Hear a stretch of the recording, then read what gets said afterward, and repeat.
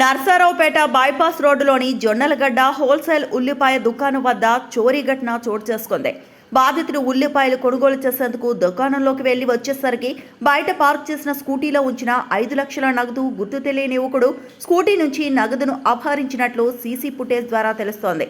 ఈ ఘటన స్థానికంగా కలకలం రేపింది. సమాచారం అందుకున్న పోలీసులు ఘటనా స్థలానికి చేరుకుని దర్యాప్తు ప్రారంభించారు. త్వరలో 5 లక్షలు దోపిడీ చేసిన యువకుడిని పట్టుకుంటామని పోలీసులు తెలియజేశారు.